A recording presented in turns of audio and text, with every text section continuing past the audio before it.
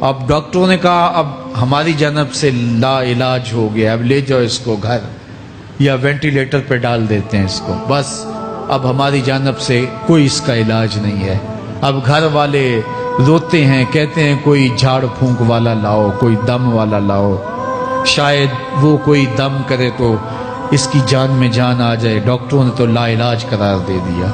وَظَنَّ عَنَّهُ الْفِرَاقُ، اللہ فرماتا ہے یہ تو جھاڑ پھونک والے کو ڈھونڈ رہے ہیں، لیکن جس کی سانس یہاں اٹکی ہے وہ سمجھ گیا ہے اب موت آ گئی ہے، اس کو یقین ہو گیا ہے کہ اب موت کے لمحے آ گئے ہیں، اب میں بچ نہیں پاؤں گا، اب آنکھیں تاڑے لگی ہوئی ہیں۔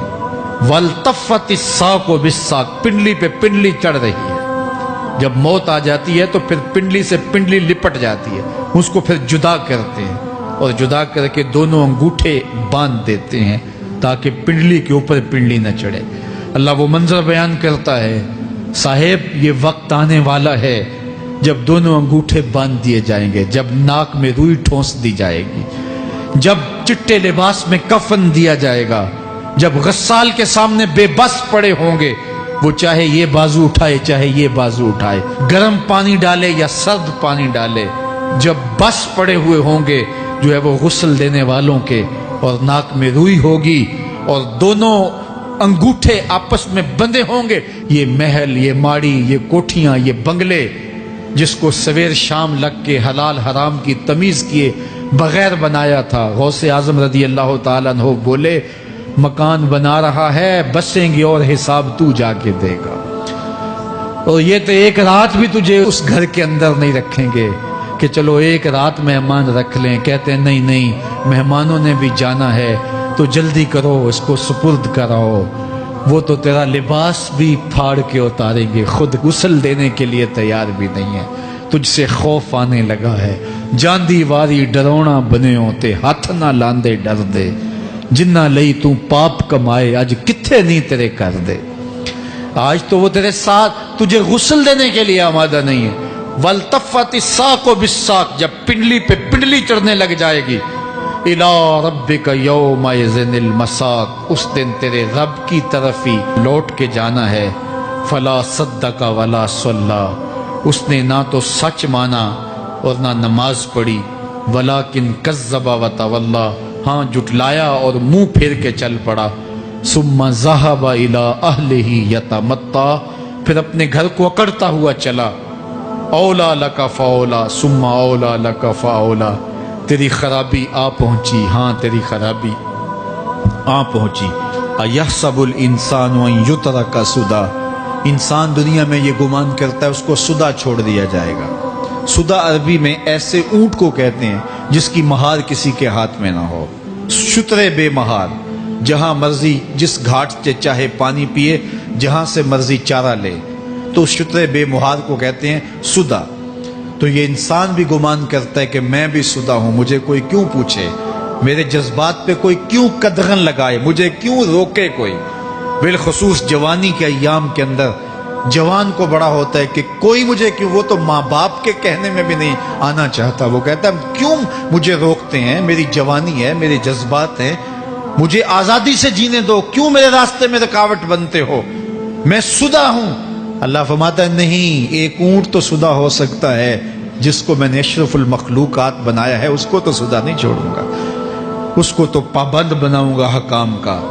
اب وہ کہتا ہے کہ نہیں نہیں، یہ کیسے دوبارہ اٹھائے جائیں گے؟ اب دوبارہ وہی بات پھر آ گئی، الم یک نطفۃ من منی یمنا، اللہ فرماتا ہے ایک بوند تھی نا، پانی کا ایک قطرہ تھا جو رحم مادر میں رکھا گیا، ثم کان علقہ، پھر وہ پانی کا قطرہ لوتھڑا بنا، فخلق فسوی، پھر اللہ نے اسے پیدا فرمایا اور پھر ٹھیک ہموار کیا، فجعل منہ الزوجین الذکر والانثی، پھر اس سے وہ جوڑ بنائے، کوئی مرد بنایا کوئی عورت بنائی۔ کہا اب غور کر، اب تیری آنکھیں دیکھتی ہیں، بجلیاں چمکتی ہیں، تیری زبان کا طوطی بولتا ہے، لوگ اشش کرتے ہیں تیری گفتگو پہ، تیری گفتار پہ صدقے جاتے ہیں، تیرے لہجے کے جمال کو دیکھتے ہیں، تیرے سینے کا زور، تیرے پنجوں کی طاقت، تیری دماغ کی تیزیاں، اور تیری سوچوں کے اجالے، تیری زوردار ٹانگیں، تیرے کڑیل بازو اور تیری چوڑی چھاتی اور تیرے گلاب کی پتیوں جیسے ہونٹ، اے انسان یہ سب کچھ کہاں تراشا گیا؟ ماں کے رحم میں، اس تاریکی میں جو 3 پردوں میں تھی۔ تیرا سر تیرے گھٹنوں میں تھا اور تیرے رب نے وہاں تیرے اندر نسوانیت یا رجولیت کی صلاحیتیں پیدا کی، تیری آنکھوں میں چمک پیدا کی، تیرے کانوں میں نغمے بکھیرے، تیری زبان کے پٹھوں پہ قوت ذائقہ رکھی، تجھے بولنے کی صلاحیت دی، تیرے پنجوں میں زور رکھا۔ آج تو مفتی شہر ہے، آج تو علامۃ الدہر ہے، آج تو قاضی القضات ہے، آج تو منسٹر ہے، آج تو وزیر اعظم ہے، آج تو پہلوان ہے، آج تو شہزادہ ہے، آج تو بادشاہ ہے، آج تو زوراور ہے، آج تیری طاقت کے کیا کہنے۔ آج شیروں کو تو نچا لیتا ہے، ہاتھیوں کو تو بٹھا لیتا ہے، آج تو بڑا زوراور گھڑ سوار ہے، آج تیری طاقت کے کیا کہنے۔ تو کشتی کرتا ہے، زمانہ دیکھنے آتا ہے، آج تیری طاقت کے شہرے ہیں، تیری عظمت کے تنتنے ہیں، لیکن انسان تو ایک ناپاک قطرہ تھا اور رحم مادر میں تھا۔ تیرے اندر یہ رنگ کس نے بھرے؟ تیرے کانوں میں نغمے کس نے رکھے؟ تجھے دماغ کی قوتیں کس نے دی؟ زبان کو بولنا کس نے سکھایا؟ آنکھوں میں توانائیاں کس نے رکھی؟ تیری زبان کا طوطی بولتا ہے، یہ سلیقے کس نے دیے؟ پھر اللہ فرمایا، کتنا زوردار بیان ہے، الیس ذالک بقادر علی ان یحیی الموتى، جو ماں کے پیٹ میں ایک نطفے کو ایک خوبصورت انسان بنا سکتا ہے، ہڈیوں کو جوڑ کے دوبارہ انسان نہیں بنا سکتا؟ کیا وہ دوبارہ تجھے کھڑا نہیں کر سکتا اپنے سامنے پیش ہونے کے لیے، جس کے حکموں کو تو نے توڑا ہے، جس کے فرامین کا تو نے مذاق اڑایا ہے؟ کیا وہ اتنا ہی بے بس ہے کہ اپنے حضور تجھے جو ہے وہ کھڑا ہی نہیں کر سکتا ہے؟ جس رب نے تجھے ماں کے شکم میں شکل دی، حضرت شیخ فرید الدین عطار بولتے ہیں، سانے کستی سلاتی می شود، ایسا کاریگر ہے مٹی سے بادشاہ بنا ڈالتا ہے۔ اس نے مٹی سے دارا و سکندر بنائے، اس نے مٹی سے جو ہے وہ رستم و سہراب بنائے، اس نے مٹی سے کیا کیا بنا دیا جو مٹی سے بادشاہ بنا سکتا ہے، جو نطفہ رحم مادر سے جو ہے وہ شکل اور صورت اور رنگ اور جمال بنا دیتا ہے۔ تیری صورت نکھرتی ہے، تیرے ہونٹ گلابی ہیں اور تیری نرگسی آنکھیں ہیں، تیرے ریشمی بال ہیں اور تیری خوبصورت رنگت ہے، تو چال چلتا ہے تو لگتا ہے قیامت چل رہی ہے، تیرا قد رانا جو ہے وہ صنوبر کو شرماتا ہے، تیری گفتار کے تنتنے ہیں۔ جس نے اتنی خوبصورت شکل ماں کے رحم میں بنائی، کیا وہ ہڈیوں کو جوڑ کے دوبارہ انسان نہیں بنا سکتا؟ وہ دوبارہ انسان بنائے گا اور پھر تجھے اپنے حضور کھڑا کرے گا۔ اور ایک حدیث میں آتا ہے، اللہ بندے کو اپنے حضور کھڑا کرنے کے بعد اپنے سامنے سے ہٹنے نہیں دے گا جب تک 5 سوال نہیں پوچھ لے گا۔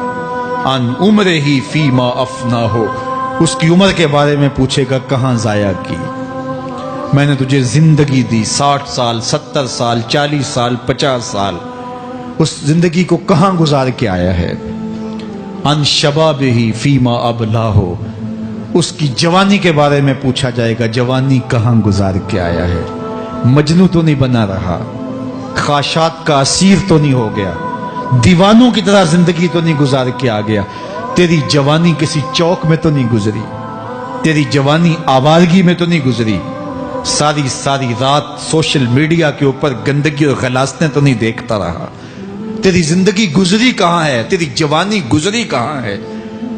اگر کوئی جواب نہ ہوا تو پھر کیا جواب دے گا؟